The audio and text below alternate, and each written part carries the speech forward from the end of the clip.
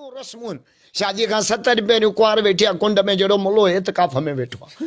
अब भाई चाहे जी वना हुआ वनवा न कुरान में न हदीस में छो था क्यों वॾा ख़तमल्लाहु अला क़ुलूबिहिम व अला समइहिम व अला अबसारिहिम ग़िशावतुन व लहुम अज़ाबुन अज़ीम। इस वक्त तव्हां मौलाना असदुल्ला खोड़े साहब जी इहा ॻाल्हि ॿुधी जंहिंमें इन्हनि जो चवणु आहे त औरत वनवाह में नथी वेही सघे। छो? हिन जे लाइ त औरत जो वनवाह में वेहण जी का बि दलील असां वटि मौजूदु न आहे। क़ुरान पाक जे अंदरि हदीस शरीफ़ जे अंदरि का बि इहा ॻाल्हि मौजूदु न आहे, न लिखियलु आहे त औरत वनवाह में वेही सघे थी। का बि इहा ॻाल्हि लिखियलु न आहे। मां इहो थो अर्ज़ु कयां औरत जेका वनवाह में वेंदी आहे इहा रस्म रिवाज आहे। रस्म रिवाज कंहिं इन जी इब्तिदा कंहिं कई?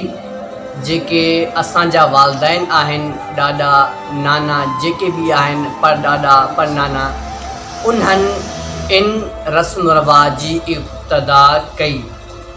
औरत जो वनवाह में छो वेहण? हिन जे लाइ त अॼु दुनिया अहिड़ो ज़मानो आहे त एतिरे क़दुरु औरतूं आहिनि ऐं उन्हनि जा लिबास अहिड़ा थी विया आहिनि, उन्हनि जा हार सिंगार त ख़बर न पवंदी त कुंवार इन्हनि मां कहिड़ी आहे। हिन जे लाइ त उन कुंवार जा वालदैन औरत जे लाइ हिकु कमरो तस्लीम कंदा आहिनि, जंहिं कमरे जे अंदरि उनजो पाक बिस्तरो विछाए करे उनखे चवंदा आहिनि, उनखे मुसलो ॾेई करे चवंदा आहिनि त हीअ तुंहिंजी जॻह आहे ऐं तूं हिते ज़िक्र अज़कार कजांइ, नमाज़ वग़ैरह पढ़जांइ। पाबंदी न हूंदी आहे त तूं हितां खां ॿाहिरि हिन जॻह खां तूं ॿाहिरि वञ त तोखे असां मारींदासीं, इहा पाबंदी न हूंदी। अल्हम्दुलिल्लाह असांजे ॻोठ जे अंदरि असांजो पंहिंजो इहो रस्म रिवाज आहे ऐं जाइज़ आहे। इहो रस्म रिवाज जाइज़ आहे। कीअं? ॾिसो त जेके रस्म रिवाज शरीयत जे ख़िलाफ़ आहिनि उहे बिल्कुलु जाइज़ न आहिनि ऐं मुंहिंजो इहो फ़तवा आहे, न आहिनि जाइज़, हराम आहिनि। जेके रस्म रिवाज शरीयत जे ख़िलाफ़ न आहिनि उहे शरीयत जे ख़िलाफ़, जेके रस्म रिवाज आहिनि उहे शरीयत जे ख़िलाफ़ न आहिनि त उहे बिल्कुलु जाइज़ आहिनि ऐं करणु खपनि। मौलाना असदुल्ला खोड़े साहब जे ही दावो नाजाइज़ करार ॾियणु इहो सही न आहे। ऐं जेके बि मौलाना असदुल्ला खोड़े साहब खां मां हिकु सुवाल थो पुछां, मूंखे इहो सुवालु ॿुधायो, तव्हां वटि हेतिरो वॾो जेको माइक हूंदो आहे तव्हां वेही माण्हुनि खे खिलाईंदा आहियो, उनजो सबूत किथे आहे? इहो शरीयत में आहे, क़ुरान में आहे, हदीस में आहे? ॿुधायो मूंखे। तव्हां जेके वॾा वॾा प्रोग्राम हूंदा आहिनि, वॾा वॾा स्टेज ठाहे पोयों गुल हणंदा, वॾा स्टार हणंदा, पेनाफ्लेक्स बैकग्राउंड हणंदा आहियो त मौलाना फलाणो टीरो मटीरो अचे थो हिते बयानु करण जे लाइ। शरीयत में आहे? शरीयत में आहे इहो? नबी पाक सल्लल्लाहु अलैहि वसल्लम किथे इहो कयो? आप अलैहिस्सलातु वस्सलाम सिर्फ़ु मिंबर ते वेही ख़ुतबो इरशाद फरमाईंदा हुया। स्टेज हुया, माइक वग़ैरह हुया? माइक छा हुते बिजली कान हुई पहिरियों ज़माने में, माइक अलॻि जी ॻाल्हि आहे। इहे रस्म रिवाज जेके तव्हांजा आहिनि इहे शरीयत में आहिनि, इहे न करो। जेकी शइ शरीयत जे ख़िलाफ़ आहे उहो न करियो न। तव्हांजो चओ था वनवाह जाइज़ न आहे त वनवाह खे तव्हां हिकु साइड रखो। तव्हां पंहिंजी ॻाल्हि ॿुधायो। जेके माइक तव्हां जंहिं ते बयानु कंदा आहियो, स्टेज ते वेही बयानु कंदा आहियो, इहो शरीयत में आहे? क़ुरान में आहे? किथे आहे क़ुरान में? मूंखे ॾेखारियो। हदीस में किथे आहे? मूंखे ॾेखारियो। का बि दलील तव्हां खणी अचो, जेका बि हदीस खणी अचो, का बि क़ुरान पाक जी आयत खणी अचो, जेका बि तव्हां दलील खणी अचो, इहा ॻाल्हि जेका मां हाणे कई आहे इन जो सबूत किथे बि न आहे। मां दलील सां ॻाल्हि कंदो आहियां। अल्लाह ताला छो इरशाद फरमायो ख़तमल्लाहु अला क़ुलूबिहिम व अला समइहिम व अला अबसारिहिम ग़िशावतुन व लहुम अज़ाबुन अज़ीम।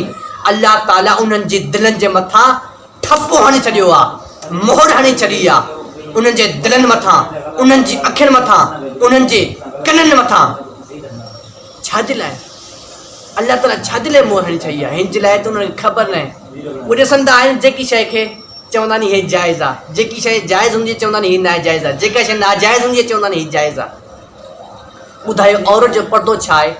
औरत जेका गैर शादीशुदा जंहिंजी मंगणी थी वई हूंदी आहे उहा औरत पंहिंजी माउ ऐं पीउ खां अलावा घर खां ॿाहिरि नथी वञी सघे। अगरि वञे थी त उन्हनि सां गॾु वेंदी। औरत शरीयत जे अंदरि इहो लिखियलु आहे त हदीस पाक में आयो आहे पर्दे जो लिहाज़, पर्दे जो हिसाब छा आहे, औरत पंहिंजे घर खां ॿिए घर नथी वञी सघे बग़ैर मजबूरी जे। फौतगी थी वई, बीमार थी वई औरत त पोइ जाइज़ आहे ऐं वञी सघे थी। लेकिन तव्हांजो इहो चवणु त वनवाह में जाइ वेहणु जाइज़ न, इहो ख़िलाफ़ु आहे। मां हिकु हदीस आऊं जे मथां क़ियास करे तव्हांखे मां इहा ॻाल्हि मुंतबे मार्फत थो ॾियां। तव्हांखे इहा ज़हन जे अंदरि तव्हांजो जेको ग़राबत आहे न, क़ौनुल कलाम गैर जारी अल क़ानून सर्फ़ी जेको आहे, इहा तव्हांजे ज़हन में ॻाल्हि आहे न, इहा बिल्कुलु कानून जे ख़िलाफ़ु आहे, सर्फ़ी क़ाइदे कानून जे ख़िलाफ़ु आहे। मां इन जे मथां क़ियास करे ऐं तव्हांजे मथां हिकु इहो इलेक्शन थो खणा, तव्हांजो इहो क्लिप चवणु नाजाइज़ आहे। तव्हां जाथे बि बयानु कंदा आहियो त का न का ॻाल्हि ग़लति कंदा आहियो जेका शरीयत जे ख़िलाफ़ु हूंदी आहे। तव्हांखे कोई चवण वारो न आहे। अल्हम्दुलिल्लाह मां शुरू थियो आहियां, तव्हां जेकी ॻाल्हि ग़लति कंदा हुए तव्हांखे मां पकड़ींदुमि उन ॻाल्हि ते ऐं तव्हांखे मां ॾींदुमि जवाबु त तव्हां हीअ ॻाल्हि ग़लति कई आहे। अल्लाह रब पाक तव्हांखे ऐं मूंखे इन ॻाल्हि ते अमल करण जी तौफ़ीक़ फ़रमाए। मां मौलाना साहिब तोखां माफ़ी थो घुरियां, शरीयत जे ख़िलाफ़ु न वञ, शरीयत जे ख़िलाफ़ु न वञ। अल्लाह रब पाक अगरि नाराज़ थियो न उहो कहर बि आहे। अल्लाह ताला कंहिंखे पकड़ींदो आहे न पोइ सुथरो न छॾींदो।